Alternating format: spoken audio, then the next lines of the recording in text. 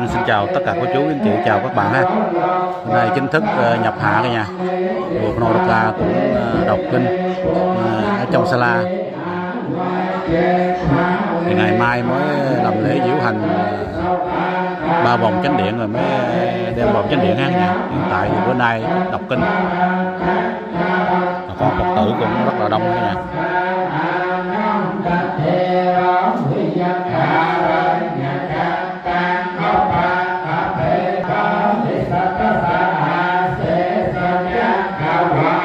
Hôm nay đèn cày cũng rất là nhiều đó cả nhà, khoảng 6-70 cây.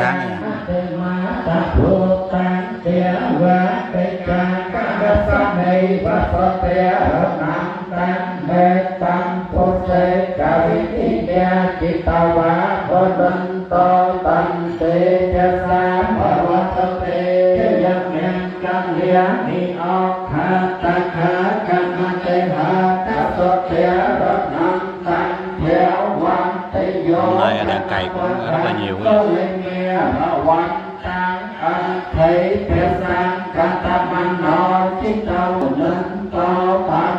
Ghiền Mì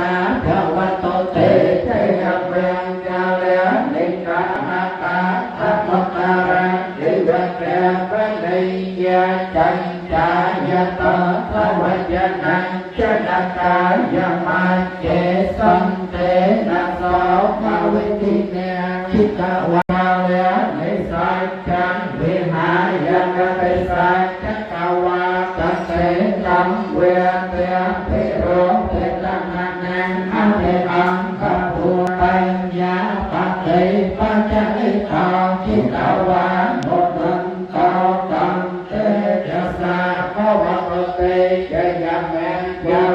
để không bỏ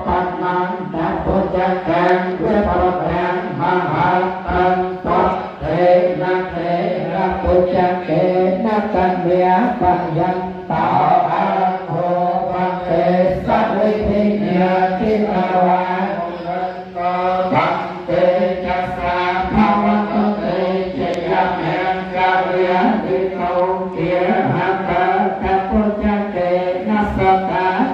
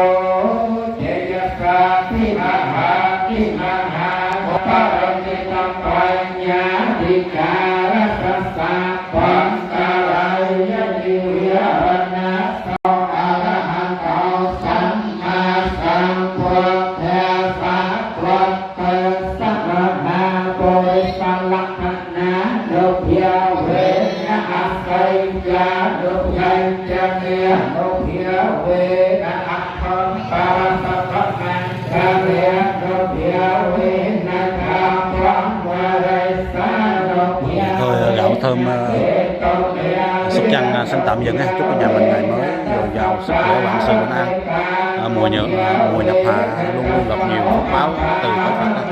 Xin tạm dừng, xin chúc cả nhà mình có một ngày thật là bình an. Xin cảm ơn cả nhà rất nhiều.